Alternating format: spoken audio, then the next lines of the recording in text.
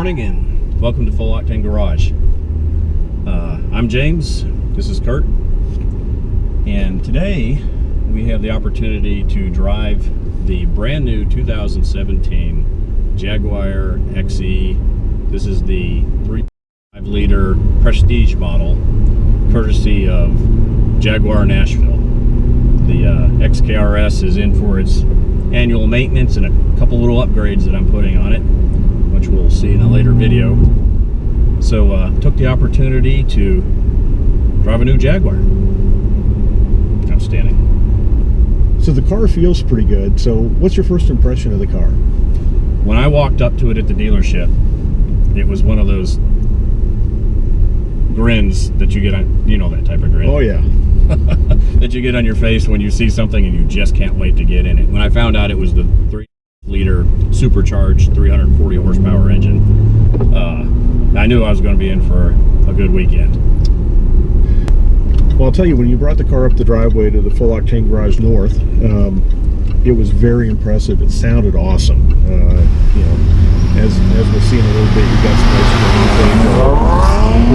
some nice looking car. The wheels are phenomenal. It's got really nice lines. Nice, clean car. Yeah, this is a new model for Jaguar for this year. It's their smaller car that they have come out with to compete directly with the BMW 3 Series and the Audi, like the Audi A4. And you know, surprisingly, the car looks much bigger than it really is. When it came up the driveway, I was thinking this was more of a full-size car. Of course, when you get in the interior, you'll see a little bit that, you know, the driver's compartment in the front's nice and large. When you get in the back, as we'll do some examples of that in a little bit, it's a little tighter than I would have expected, but it is a smaller car. Are you comfortable in that seat? I am very comfortable. How tall are you? 6'2"? I'm 6'1", and I can just about stretch my legs out fully. The seat has nice support in it. It's very comfortable. You know, I'm comparing it to, we have a new Corvette. That's a very similar feel to the Corvette seats, to be honest.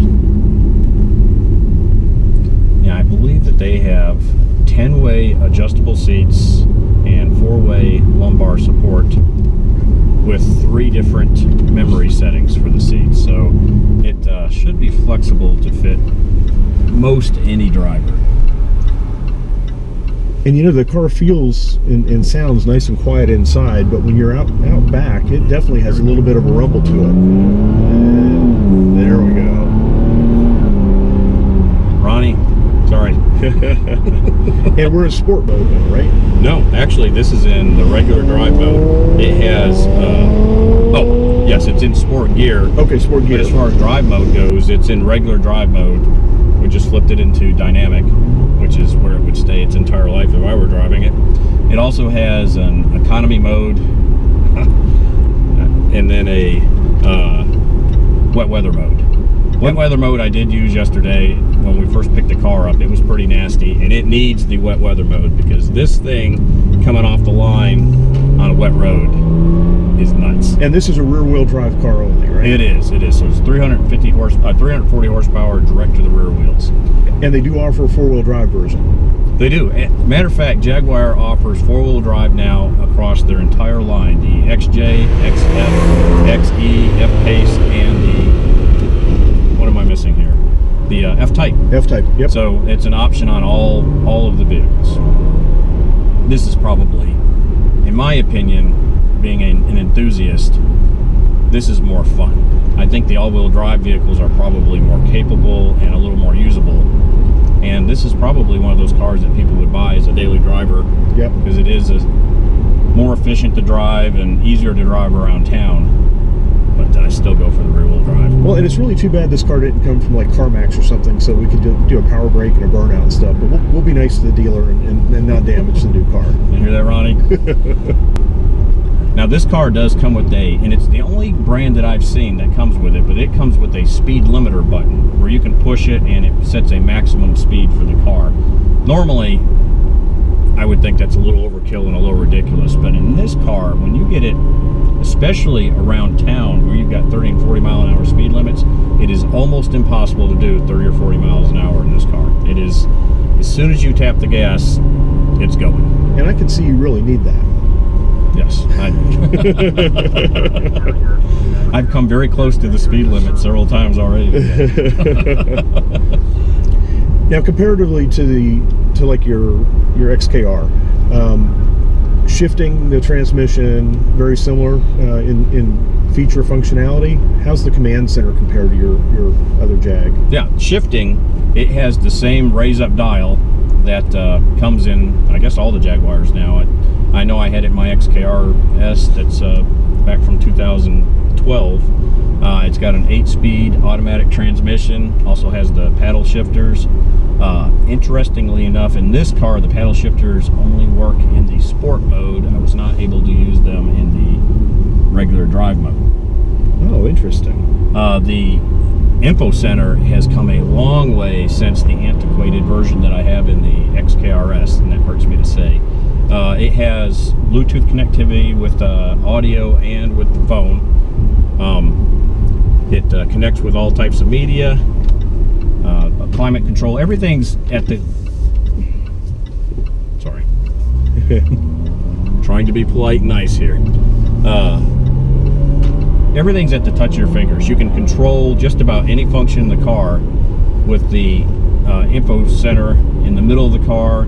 You can also control it with controls on the steering wheel, and then with the buttons on the side of the info center. So there's several different ways to do it, just depending on what you find more comfortable to you. Now, I'm a Droid guy, so the Bluetooth would probably be fine for me. Now, from the media standpoint, you being an Apple guy, how does it interface? Exactly the same way. It does not have Apple Play, to the best of my knowledge. I haven't found it yet.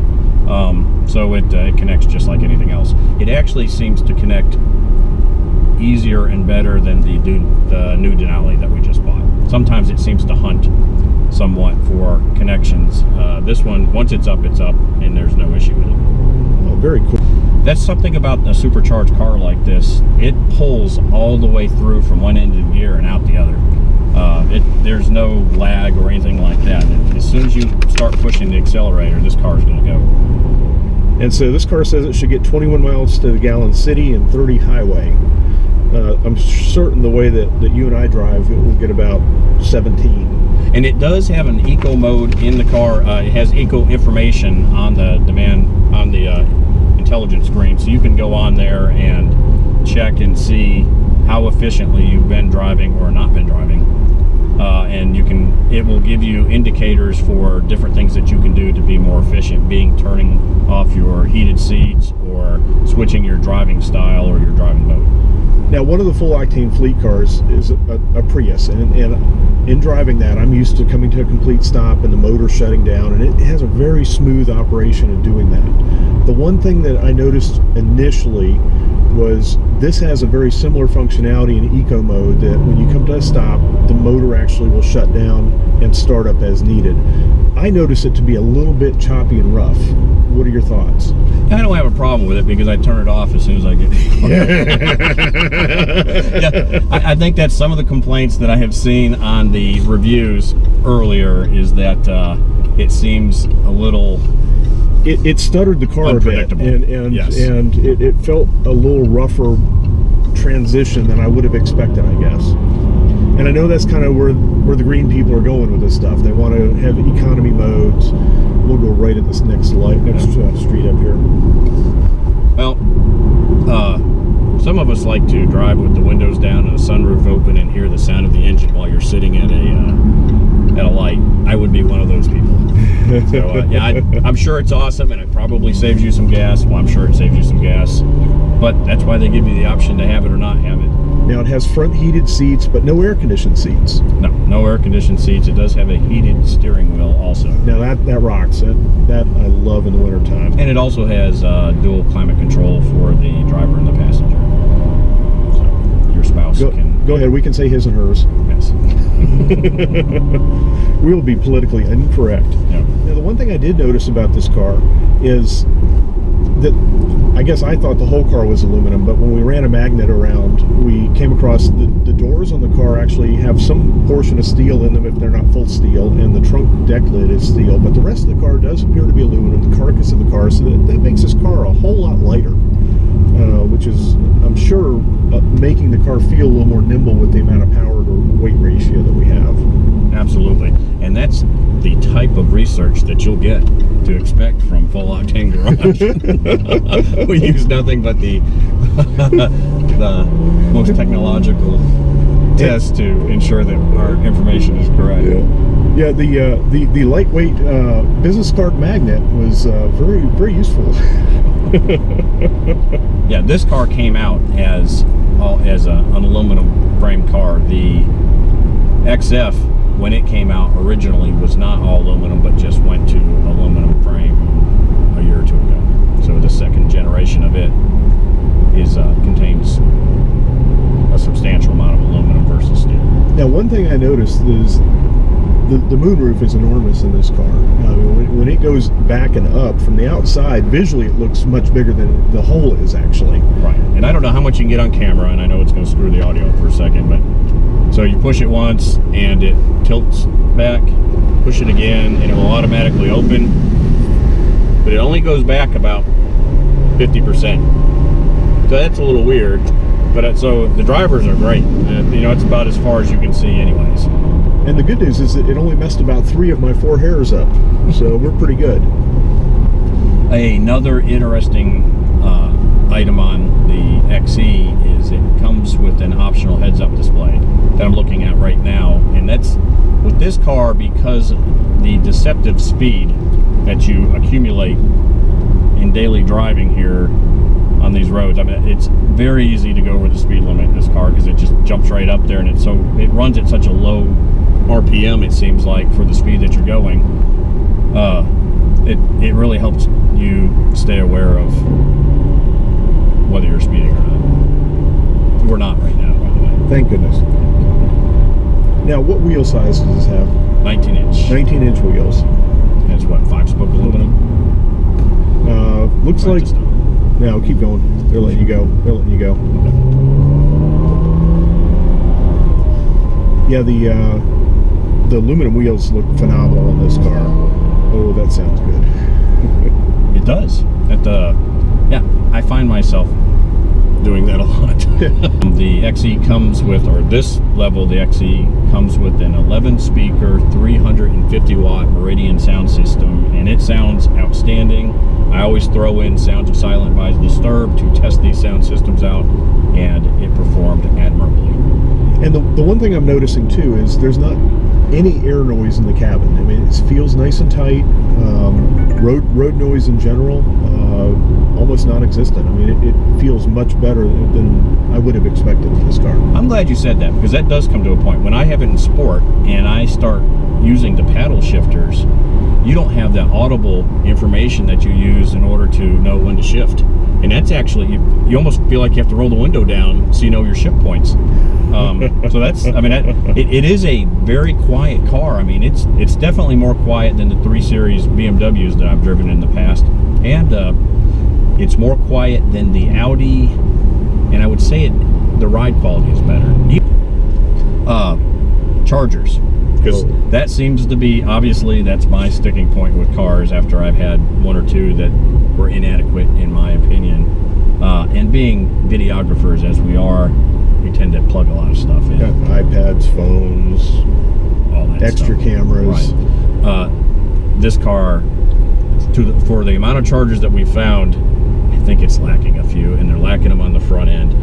The only chargers that we found are a cigarette lighter charger and a USB charger in the center console. And 2 cigarette lighters in the rear passenger area, in the lower center console, which are kind of useless to the front passengers. Right. So, and it does look like it has the standard 3-button, 3-position home link system, so if you have 4 garages, you're out.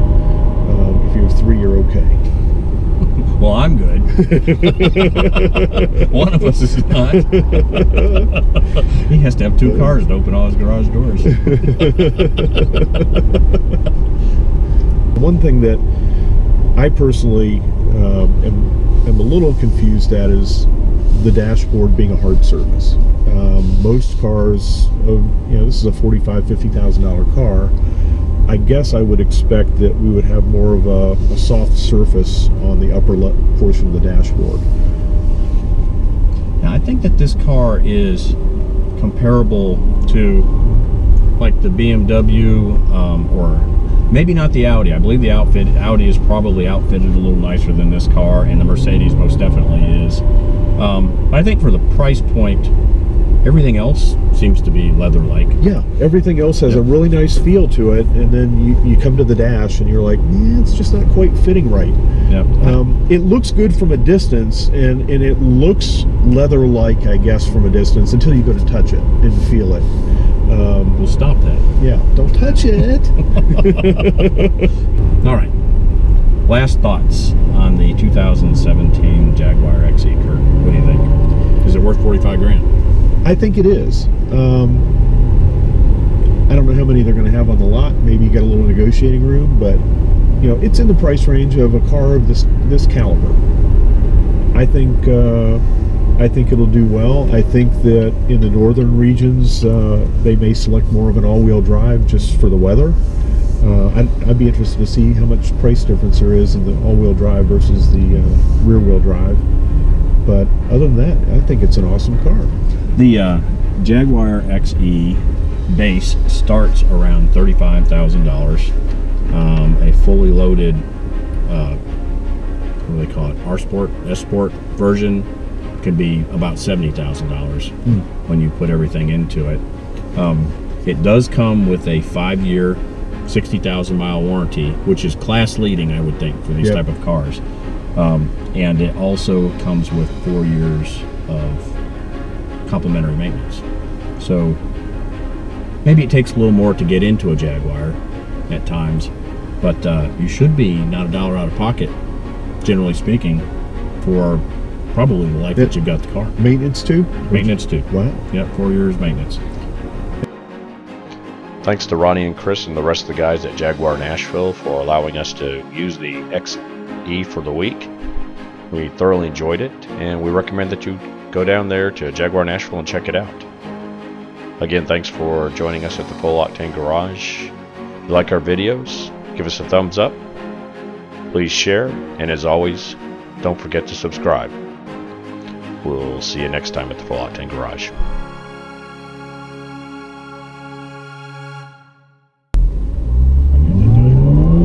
It was my turn, was it not? Yes, it was. I did every time. Welcome to Brentwood, people. That would be helpful on any car in today. It has forward park assist either. Ah, yeah. Yeah, may have to look at that before maybe we just won't talk about it yet. Yeah. There may have been one small incident with the Phantom 4 in the filming of this video, but kudos to the Phantom 4. Phantom 4 1, tree 0. Yeah.